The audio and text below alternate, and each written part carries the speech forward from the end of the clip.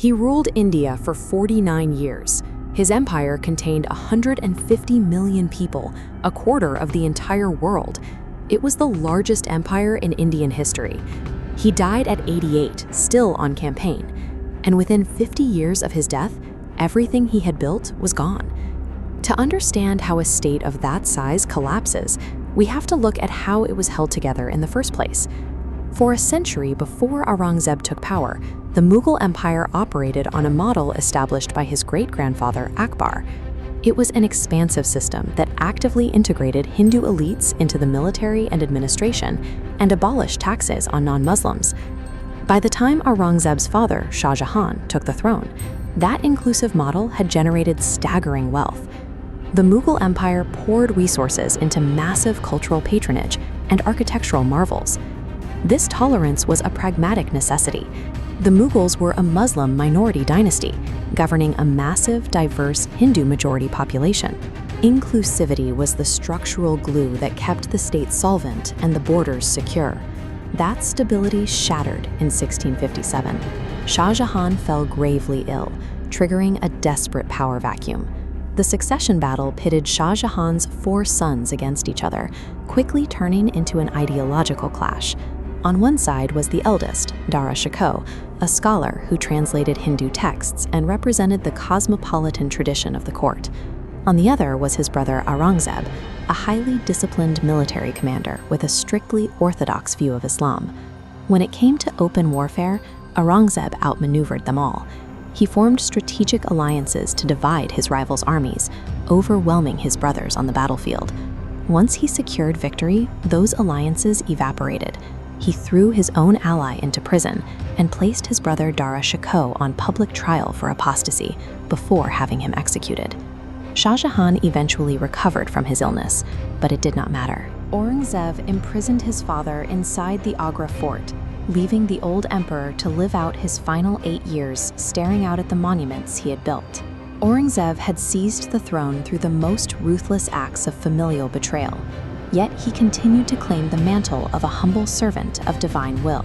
As the undisputed emperor, Aurangzeb instituted a lifestyle that sharply separated him from his predecessors. He refused to draw a personal salary from the imperial treasury, choosing instead to earn his own money by copying the Quran and selling prayer caps he made with his own hands. He brought that same austerity to the state. He stripped the court of its elaborate ceremonies, dismissed the astrologers, and banned music entirely. He then reversed a century of precedent by reinstating the jizya, the tax levied specifically on non-Muslims.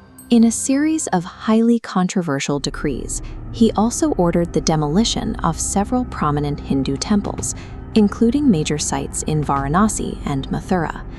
Yet the administrative reality was far more complicated. While he destroyed some temples, he simultaneously issued imperial orders granting land and protection to others. And throughout his reign, he employed more Hindus in senior administrative and military positions than any Mughal emperor before him. Even with his personal rejection of luxury, he understood the political utility of stone. He commissioned massive structures, using imposing red sandstone and white marble to project his orthodox Islamic vision across the empire. But pragmatic compromises could not mask the shift in ideology. The reinstatement of the jizya and the temple demolitions fractured the social contract that had held the state together. Vital historical allies like the Rajput princes grew deeply alienated, and the Sikhs mobilized into an organized military force. Facing rising unrest, Aurangzeb made a fateful geographic pivot. He moved the imperial capital and his entire massive army out of the north and down into the dry, unforgiving terrain of the Deccan Plateau. His target was the Maratha Confederacy, a Hindu kingdom founded by Chhatrapati Shivaji. The Marathas were highly mobile, fiercely motivated, and fighting on their own difficult terrain. The Mughal forces were massive, built for slow-moving siege warfare. But Marathas refused to fight as a fixed target, striking from mountain ridges and vanishing before imperial cannons could be positioned. As they severed the logistical lifelines stretching from northern India, they bled the Mughal war machine without a pitched battle. Aurangzeb's brilliant tactical mind was blinded by his demand for total submission. He trapped himself in an asymmetric war, where his overwhelming numerical superiority meant absolutely nothing. The Deccan campaign consumed 27 years. Aurangzeb's armies would besiege a fortress, capture it at great cost, and move on, only for the Marathas to immediately retake it behind them. The Mughals were winning the sieges, but losing a massive war of attrition. The continuous warfare ravaged the southern landscape. Severe droughts wiped out crops, and the resulting famine was followed by a plague outbreak. Over a 2-year period, more than 2 million people perished in the region. While the emperor remained fixated on the south, the north unraveled. With Aurangzeb absent for decades, regional governors grew restless, tax collection faltered, and the sophisticated administrative bureaucracy began to collapse. This line chart shows annual expenditures tripling to maintain the permanent Deccan campaign, even as the imperial treasury experienced a rapid, exponential drain. The relentless drive to expand the borders achieved exactly the opposite of its goal. It stretched 17th century administrative technology far beyond its physical limits, creating an empire so vast it became impossible to govern. By 1707, Aurangzeb was 88 years old.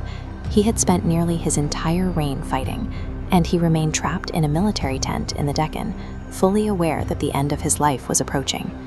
In his final days, he wrote a series of extraordinary letters to his sons. Stripped of his imperial certainty, he expressed a profound terror of divine judgment, writing, "I came alone and I go alone.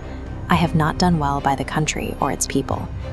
After a lifetime of absolute power and unimaginable wealth, he left strict instructions for his burial. He demanded a simple, open-air grave in Kholdabad, paid for only with the money he had earned by sewing prayer caps. The empire he left behind could not survive him. His sons immediately repeated the same destructive war of succession he had waged. Within a few decades, the exhausted, bankrupt state fractured into independent regional powers. Yet his legacy remains highly volatile. In 2025, his name and his tomb were central to communal riots that broke out in Maharashtra. Aurangzeb's uncompromising certainty achieved total dominion, only to break the very empire he swore to protect. In modern India, he has become more than a man. He is a permanent, living argument over the meaning of the past.